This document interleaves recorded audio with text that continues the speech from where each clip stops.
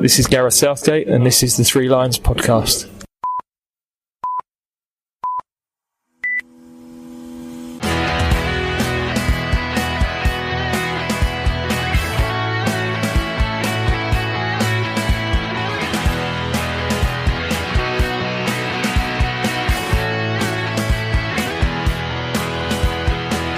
Hello and welcome to the Three Lions podcast. My name is Russell Osborne and this is an independent England football supporters podcast.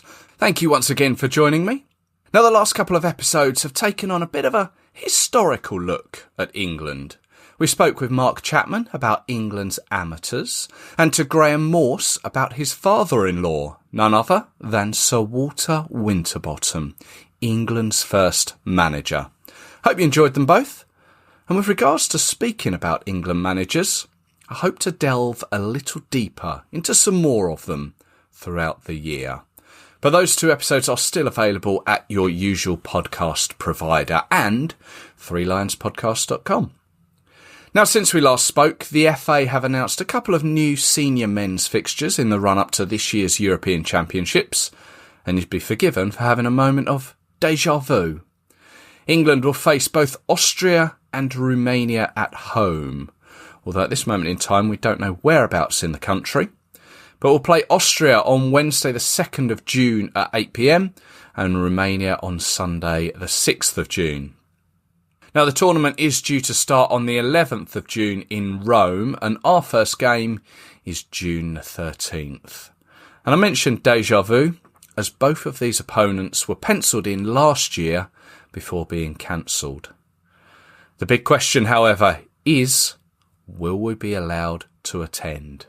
At this moment in time, we just don't know. Although hearing that both the Carabao Cup and the FA Cup are being sort of mentioned with supporters in mind, gives you a little bit of a stronger sense of feeling that we may just be allowed in. Now, the Lionesses too have been scheduled some games. They haven't played since March last year in the She Believes Cup. They face Northern Ireland later this month on Tuesday the 23rd of February, kicking off at 12:30. It'll be played at St George's Park behind closed doors. And they will also play Canada on Tuesday the 13th of April. Time and location yet to be decided. It's been a while since we faced Northern Ireland. 13 years, in fact. Now, the Lionesses were, of course, scheduled to play away to Germany last year in October, but a coronavirus case in the camp prevented the team from travelling. And then in November, they were due to play Norway at Bramall Lane in Sheffield, but Norway were denied travel to the UK, so that was cancelled. Hopefully, it's third time lucky for the Northern Ireland game. So let's catch up with Rich Laverty and find out some more. Hello, Rich. Hi, Russell. You okay? All good, thank you. A few things have changed since we last spoke. Phil Neville has departed and we have a new interim manager. Yeah, it's I've obviously been asked to write and talk about this a few times the last month or so, and I every time I've said it, it's exciting, but it's almost bittersweet that we've got two very experienced female coaches, two legends of the game as well as players. I mean, Rhiannon Wilkinson's still quite new to coaching, but Hager has had a pretty illustrious coaching career so far and probably an even more illustrious playing career. So I think to have them, especially with such a young group, to kind of put their wisdom on them, so to speak, part-time almost until obviously another legend takes over, in Serena in the summer. You kind of feel like England have sort of looked out a little bit, sort of I think when Phil left, everyone sort of said, oh, what do they do now? They need an interim coach for a few months. But to be honest with you, I don't think it could have worked out any better. Yeah. I mean, how does Igarisa go about this? Like, does she put her feet under the table and give it a real good go? Or is she going to be speaking with Serena Feigman and being in contact with her? And how's this going to work?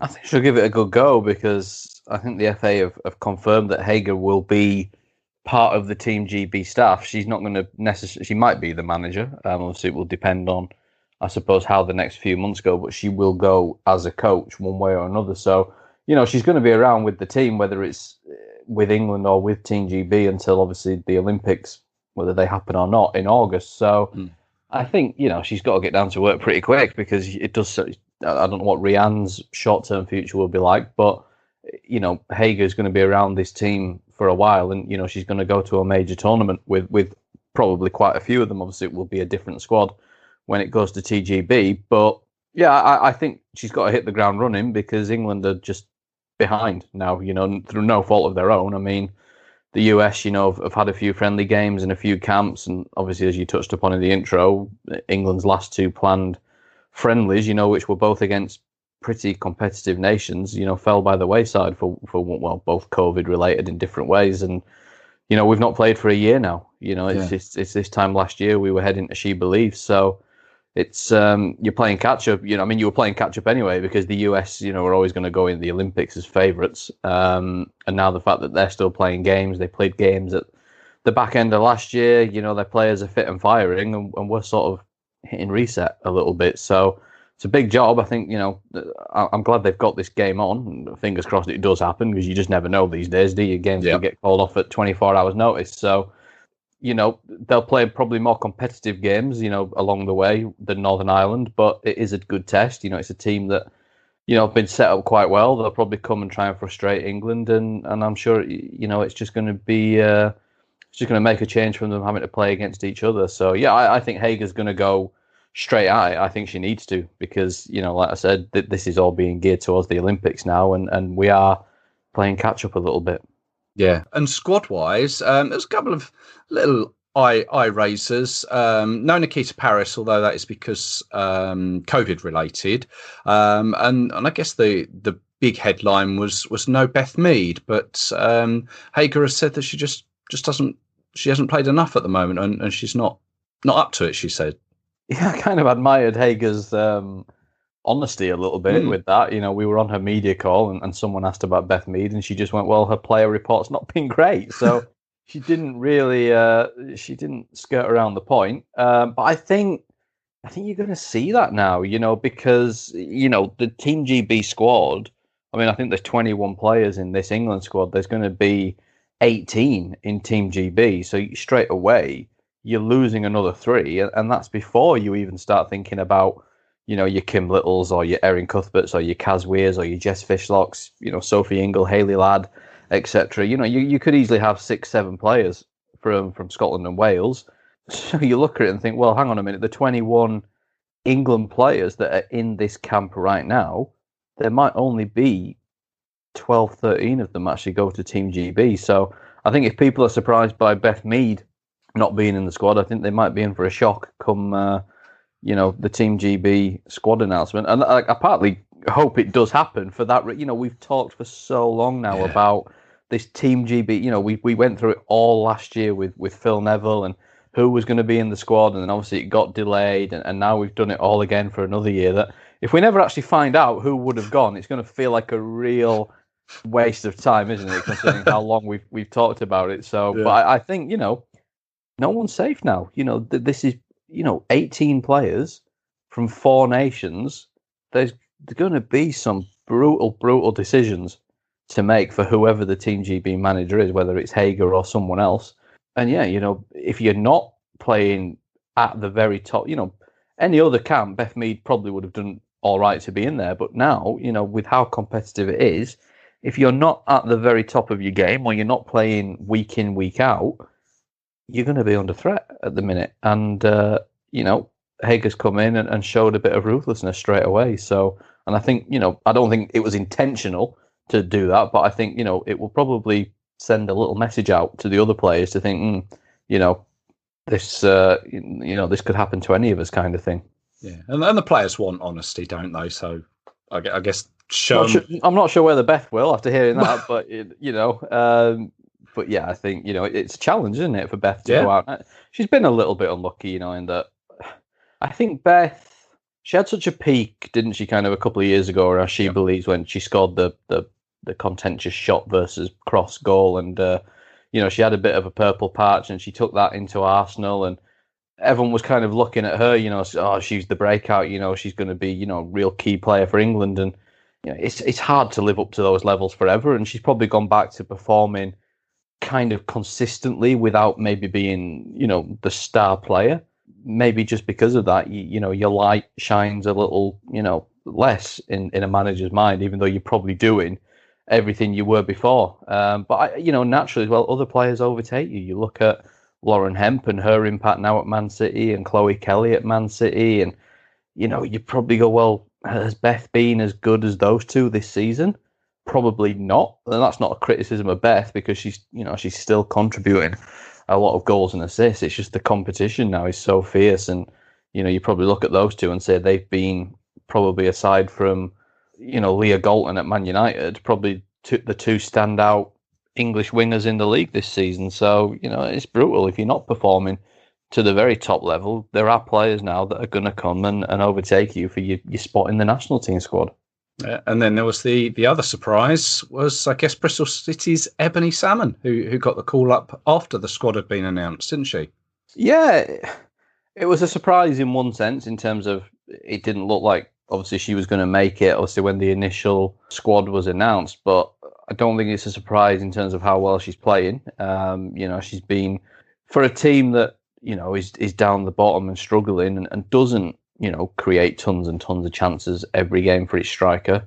I think she scored 5 of their 10 goals or something this season. And, I worked with Ebony at Sheffield United briefly, and, I wrote in a column today, it was all there. The pace, I mean, the raw pace is like nothing I've seen in the women's game. You see a lot of male players, that some of them are incredibly rapid. You don't often see that kind of, I think maybe Shanice van der Sanden at Lyon was the other one, but the way Ebony can just burst past defenders, I think technically there's still a bit to come from Ebony. I think she's really improved her finishing, but at the end of the day, if you have that raw pace, that's so hard to defend against, and that is going to take you to the very top, because it is such a rare attribute. She just gets in time and time and time again, and obviously if you're getting 3, 4, 5 one-on-ones a game because of your pace, you're going to put most of them away, and you're going to get a lot of attention because you score goals.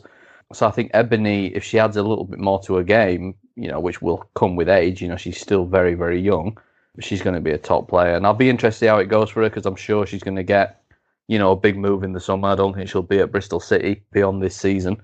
So, it'd be interesting to see how she takes that step up wherever she goes, because she's a super talent. And again, you think about an England team for the next 5-10 years that has Lauren Hemp, Chloe Kelly, obviously Ebony, you got Lauren James to come back in, Alessia Russo to come back in. All of them are, 19, 20, 21, 22, top end, Ella Toon, another one. And you think, for Serena to come in on a long-term contract, she's got an unbelievable foundation to work off in terms of her attack. Maybe some of the other areas need a bit of freshening up, and maybe in some areas we don't have those players immediately coming through. But I think the England team over the next 5-10 years is going to be very, very exciting to watch. Well, that's what we want to be hearing with the European Championships coming up in. That was delayed, wasn't it, for a year? Everything's been delayed. Yeah, everything. We just let's just pretend nothing happened last year. And I turned 30 this year, but I'm still classing myself as 28. So I'm having another year. Why not? And then, so this game's been played at St George's Park. I mean, is this the first time an international has been played at St George's Park? Ooh, you're testing my knowledge and memory now. I don't remember there being one. I mean, they've played obviously in-house games there. Yeah, like Youth Cup finals and things have been there, but I don't think an England senior team, I'm sure maybe the youth teams have. I don't think the men or women would have played at an actual international. I mean, it's Jill Scott's 150th cap, and I kind of think like, it's a bit of a come down, isn't it, from the potential of a full stadium, or even playing Germany. Even if it had have been in front of nobody, to play Germany or to play Norway, obviously at Bramall Lane, would have still been a great occasion. Playing Northern Ireland at St George's Park, it's probably not the way you dream your 150th cap, but it's still a good achievement for her. But yeah, it's a signifier of where we are in the world still, isn't it? That we're playing behind closed doors friendlies at essentially a training ground. Yeah, No, it's unfortunate, but hopefully we can get a win and sort of look forward going onwards. Because of course there's the Canada game in April, which I'm sure we'll speak to you about in due course. Yeah, that'll be an interesting game. Canada in She Believes this year, so if you're having a look at that, I think they've got quite a few players missing though, because they've either got some injuries or the European clubs. They've got a few players at Lyon and PSG who are not releasing their players, so it's a tricky start for Bev. Obviously, Bev Priestman's gone over there, who was Phil's assistant. So yeah, hopefully that game happens and it's at an actual stadium, and obviously it probably still won't have fans, but you know, it's it'll be a good test. But yeah, I think Northern Ireland will be a good test. You know, they did so well, you know, to get to the playoffs, you know, above Wales, obviously, and you know, they've got their playoffs to look forward to, and who knows, you know, they might still qualify for the Euros. It'll be very, very difficult for them, but you know, Kenny Shields has done a great job, and slightly conflicted because their goalkeeper Becky Flaherty plays for Sheffield United, and I know Becky well, so you know, if she keeps a clean sheet and thwarts England, I'm sure people will be talking about her, and if she doesn't, then probably means England have done something right. So yeah, I'll be somewhat conflicted, wanting obviously England to do well, but obviously if Becky plays, wanting Becky to do quite well as well, because it'll be a big game for her to play against England. So yeah, I'll be watching on intently. Right. Well, yeah, let's talk about it. When the next game comes around. Yeah, it'll be a good game, and yeah, just hopefully nice to see England back actually playing some kind of competitive football. Absolutely. Rich, thank you very much for your time, as always. Not a problem. Good to hear from Rich there, getting us up to speed with the Lionesses. Don't forget you can follow Rich on social media, Twitter, at Rich J. Laverty. Now, let's get on to the mains with this episode. I had the pleasure of speaking with an England fan who has come through a lot of adversity in his life and has lived to tell the tale. In fact, he's written it down. This is my conversation with Travel Club member Mark Smith and author of Strength of Mind.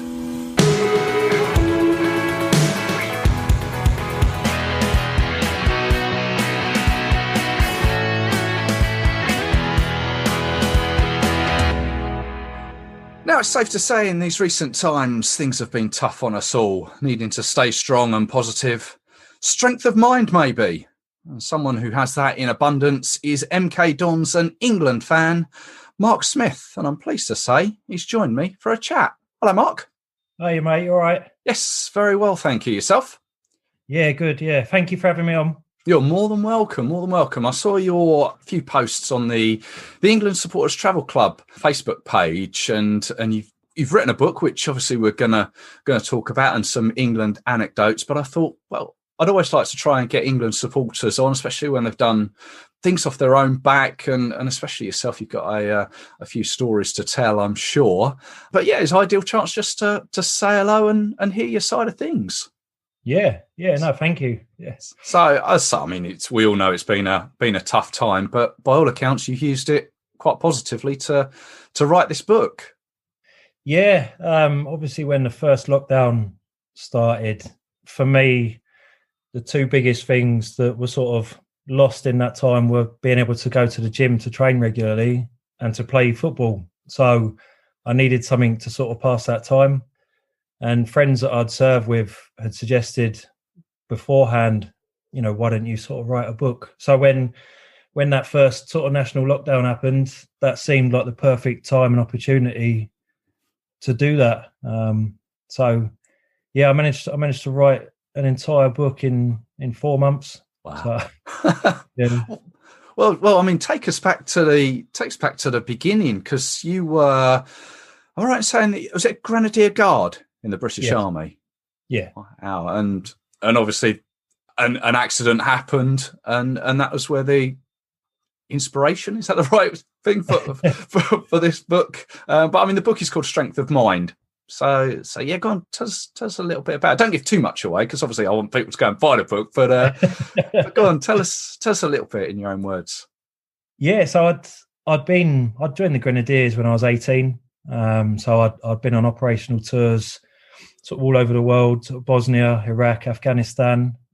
And I'd recently become a dad for the first time before going out to Canada. It was our pre-deployment training to go back out to Afghanistan.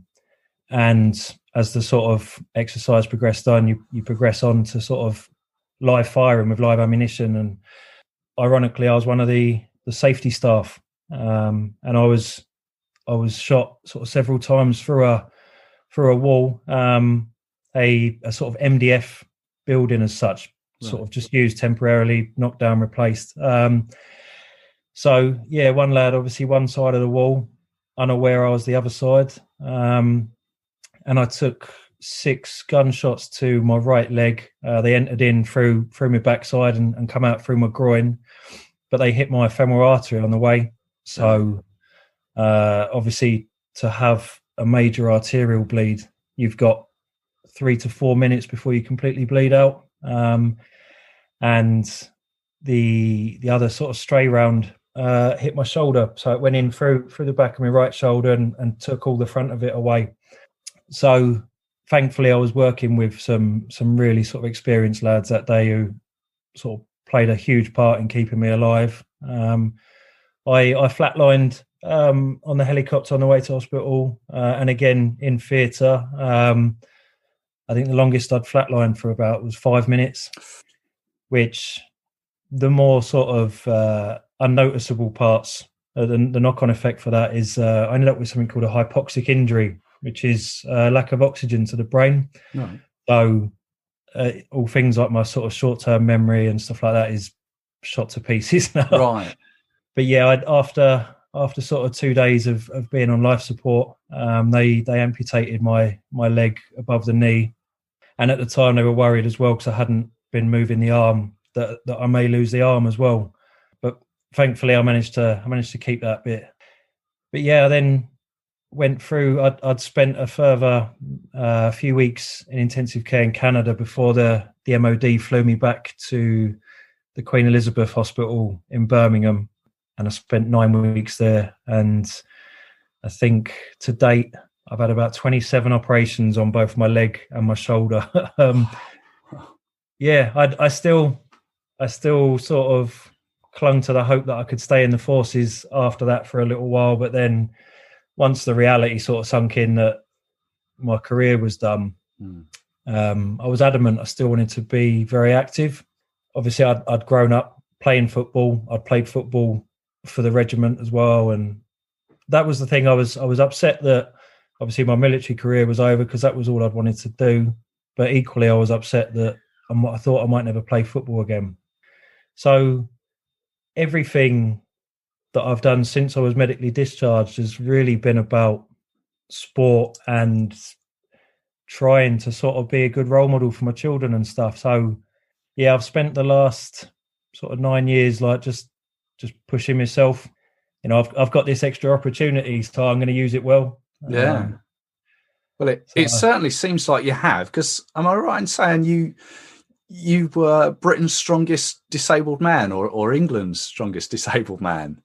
Yeah, I was both at one point, and I'd also won the Arnold Schwarzenegger Classic in Columbus in Ohio. Really? 2 years running. Yeah. Did you meet him? Was he there? No, to be fair, when speaking to some of the Americans, once he'd become like a politician, you couldn't get near him. Oh, right. But yeah, he was there. We saw him from about 30 feet away, but I mean, that competition in terms of strongman is sort of the World Cup of strongman competition. So right. You're in an arena with 100,000+ people and the 10 best athletes in the world. So to win that twice is probably my biggest achievement in strongman. But yeah, I won Britain's strongest 2 years running as well. My first one was my very first competition. Really? Yeah. Someone saying, "Who's this ringer?" Yeah, basically, yeah. I'd turned up for the experience, sort of hoping to sort of learn a little bit, come away with some work on points, hoping for top 10 if I was lucky. Yeah, my very first event was a truck pull, and I won that, and it turned out I had a bit of a sort of knack for truck pulling and Atlas stones, and they were my two sort of favourite and probably best events. Well, I'm immediately thinking of, I've seen the regular Britain's Strongest Man on the telly, and if they're pulling a truck, do they not have straps over the shoulders? And then I'm immediately thinking, you said your shoulder has taken a bit of a beating. Was it done the same way? So in disabled strongman, it's split into two classes, standing and seated. So the standing class will be mainly arm amputees or a leg amputee sort of below the knee, visually impaired, a real sort of mixture of disabilities. And they will do all the events as you would see on World's Strongest Man. I competed in the seated class. So everything that we did was adapted slightly and done sat down. So for me to pull a truck, I would be facing it 25 meters away, sat on my backside, and then it's all arm strength. So you haven't obviously got the use of your legs. But what sort of truck are we talking here? Arctic, so sort of the cabs, the 9-tonners. Really? Yeah, I actually hold a world record for pulling two at the same time on Brands Hatch racetrack. So how do you pull what from each way, or how? No, towards me. So sort of sat on the floor, harnessed up to a vehicle behind, so that I can't sort of move too much. It keeps you sort of restrained. And then 25-meter rope attached to the front vehicle, and then there's a harness connecting the two in a line. I see what you mean. Yeah, and then I'm pulling them towards me. So, yeah. Oh, well, I'm not having an arm wrestle with you. Wow, no, fair play. Wow, I mean, was that something that you'd done before this all happened? No, I mean, I'd always sort of trained in the military. Like when you're in places like Afghanistan, the downtime that you get between patrols and stuff, there's not much to sort of keep you occupied. So you spend a lot of time sort of using weights and stuff like that. But I'd always grown up watching World's Strongest Man at Christmas time and stuff, and never thought, especially after losing a leg, never thought it'd be something I'd be capable of. But one of the big factors in turning to strength and weight training was during my sort of 9-week stay in hospital, where I'd been nil by mouth for so many sort of consecutive days through going in and out of theatre. I dropped, I'm 6'1", and I dropped under 9 stone. Even when I could eat, because of the amount of morphine and stuff, everything was horrible. So it was one of the things that played on my mind when I was in hospital was how ill I looked. So as soon as I'd got to Headley Court to do my rehabilitation, get walking and so forth, I spent every sort of free period and evenings and stuff like that in the gym. And then, I was invited down to basically an open day to come and try Disabled Strongman. And because I'd done a couple of bodybuilding competitions when I first left the army, just more a confidence booster, just to prove to myself that I could. And so, because of that, I'd got invited down to come and have a go at trying the Atlas stones, log pressing, deadlifting, and I absolutely loved it. Yeah. So, great stuff. And I mean, you mentioned football there, playing football, and it's something we've spoken about on a previous podcast, is amputee football, and that's something that you've been managed to get involved with, and that football career has continued. Yeah. Like I said, it's one of the things that really sort of upset me equally as much as losing my career, is the thought of not playing football again. And I've got 2 sons, so obviously I wanted to be able to play football with them growing up. And a couple of years ago, I'd gone for a bit of I think like most sort of veterans do at one point or another, gone for a sort of real low point. And one of the big things to sort of come out of it was how much I missed football. So I started sort of training. I'd gone along to a few walking football sessions with people just to sort of get a feel for it on crutches. And then, I'd got in touch with Peterborough United's amputee football team at the time. and just sort of inquired. And I was invited down to their first fixture of the season, beginning of 2019, and got thrown straight in at the deep end, and then went on in the first season to win the league with Peterborough. Right. So You really are a bit of a ringer, aren't you? Yeah. I got my fingers in lots of pies. So. But yeah, obviously at the time I was still competing in strongman as well. So trying to link the two together was hard going. Obviously the weight that I was at the time, and so I spent most of that first season at centre half. Right, yeah. I was more sort of in the way. Whereas realising how much I sort of loved playing amputee football, I made the decision to give up strongman, shift all of that excess weight I was carrying on the pitch, and concentrate on the football. And this season I've joined West Bromwich Albion, so I'm itching for this season to start now. Yeah, but you're still able to train though, is that right? Yeah, obviously with all of these tiers and stuff, it still means I can sort of train on my own or with one of the other players. So, right. Yeah, you're still able to get something in, but there's nothing quite like obviously a competitive game. No. And sort of going in for that first tackle early on, I miss that. Well, and I mean, obviously you're in the England Travel Club, so you've been following England. How did all that come about? Where have you been with England? My first trip away was to the World Cup in Russia. Yeah. It's been on my bucket list for years to be able to follow England away. And it was more a case of having a group of people to go with. Obviously, the cost and everything like that. And we were actually sat watching the Sweden game, the quarterfinals, and I'd said, if we win this game, we'll be on a flight tomorrow, sort of thing. And my mates were a bit like, yeah, okay, we'd had a few to drink and stuff. And I was deadly serious. Next morning, I got up, looked into it all, booked the flights, and there we were at Heathrow flying out. I remember sort of phoning my wife from the Lionesses stadium. We were just behind the goal for the Croatia game. Yeah, with a bit of a lump in my throat because it was like, I mean, the first World Cup I remember was Italia '90.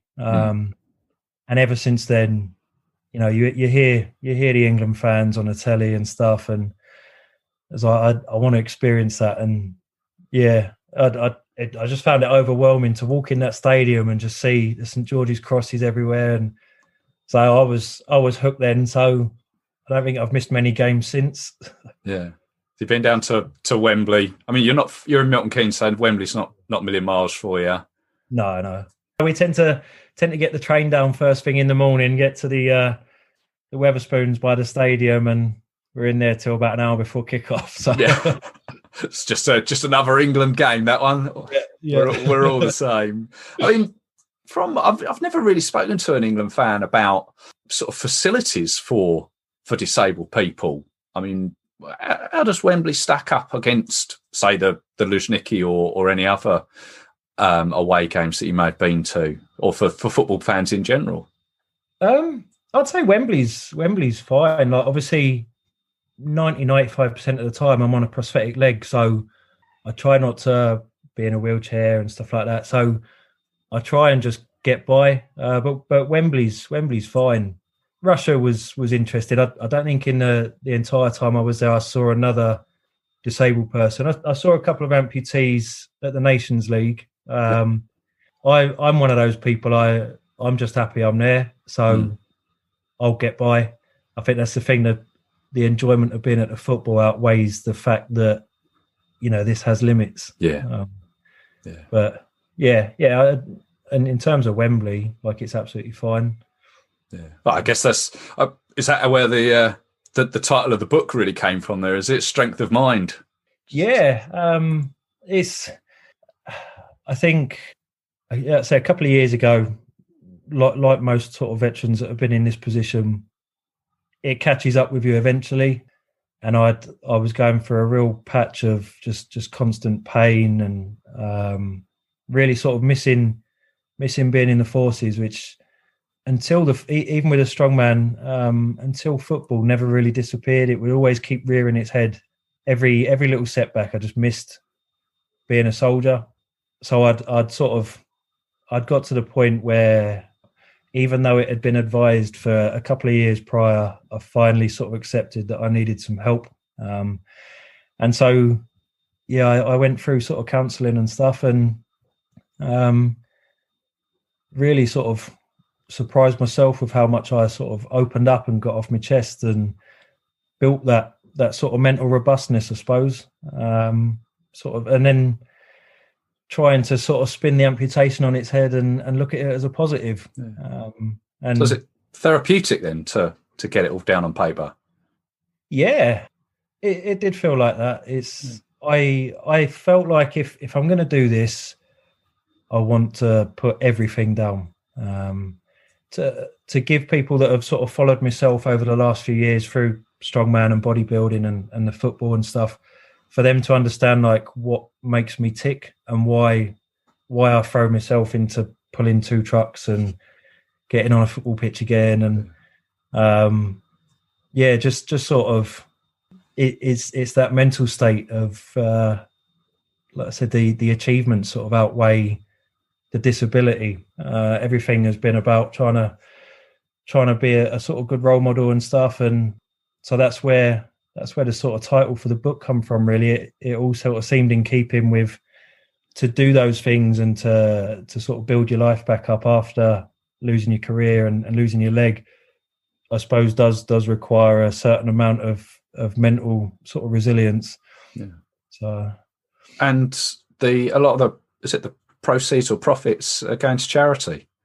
Yes. So Aidan, little boy, he actually carried the match ball out at an England game at Wembley Stadium shortly before he passed away. I think he was 8 years old. Right. And they're sort of friends of the family. And the family, after he passed away, set up a charity to look after and support the families and the children going through sort of similar sort of cancer treatment. Yeah. So they go along to the cancer ward at Milton Keynes General, down to John Radcliffe in Oxford, and just sort of try and make the whole sort of stay for the children a little bit more, not necessarily enjoyable, but to take their mind off of the situation that they're in. And being such a small charity, this year they would normally rely heavily on being able to hold summer functions, Christmas balls, things like that, and obviously all of those haven't taken place. So I feel like we're in a fortunate position through my military pension that, you know, we've got a roof over our head, food on the table sort of thing, and the money from this book would be a lot more beneficial to them. So great stuff. And it's called Aidan's Fund, is it? Yeah. Named after the little boy who's passed away. So yeah. Oh, top stuff. Nice one. So, I mean, for those that like the sound of the book, where can they go and get it? Yeah, you can. There's a link to it on my Facebook page, which is Mark Smith Amputee Footballer, or on Amazon. If you type in Strength of Mind on Amazon, it's available in Kindle and paperback. And like I said, all of the profits, once the sort of cost of producing the book and the postage is taken out, every other penny goes to the charity. I mean, it's been on sale 2 weeks now, and we've raised just over £1,500 for the charity. Wow, amazing! So, yeah, I'm really, really happy with it. And the actual feedback for the book itself has been nice. Lots of lads I've served with and stuff have actually learned to read, and yeah, I've had some really nice comments back from it. So good stuff. Oh, well, I know there's a fair few England supporters who go regularly who've got military background. So yeah, I'm sure they'd be interested to read it, hear about it. So thank you very much for sparing some time to chat with us, Mark. No, it's my pleasure. Like I said, thank you for having me on. I really appreciate it. And well, hopefully this year, when there's a game on, we can maybe say hello. Yeah, that'd be nice. Yeah, because obviously now that I've got the bug for it, I intend on being at every England game that they'll let us come to. So yeah. Well, let's keep our fingers crossed. Yeah.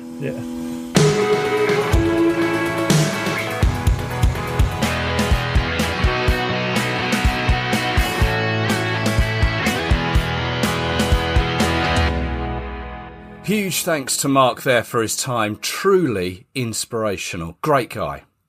Thank you for listening. Now, if you've liked what you've heard, why not tell your friends? Why not give it a review on the likes of iTunes? Plus, you can follow the podcast on social media, Twitter, Facebook, Instagram. Just search Three Lions Podcast. Now, I'll be back very soon with another episode with some more England content. And I've been speaking with various England fans about their memories. So stay subscribed for that. I'm sure you'll enjoy it. Until the next time, take care, stay positive, stay safe. Despite the weather, things are looking brighter. Cheers.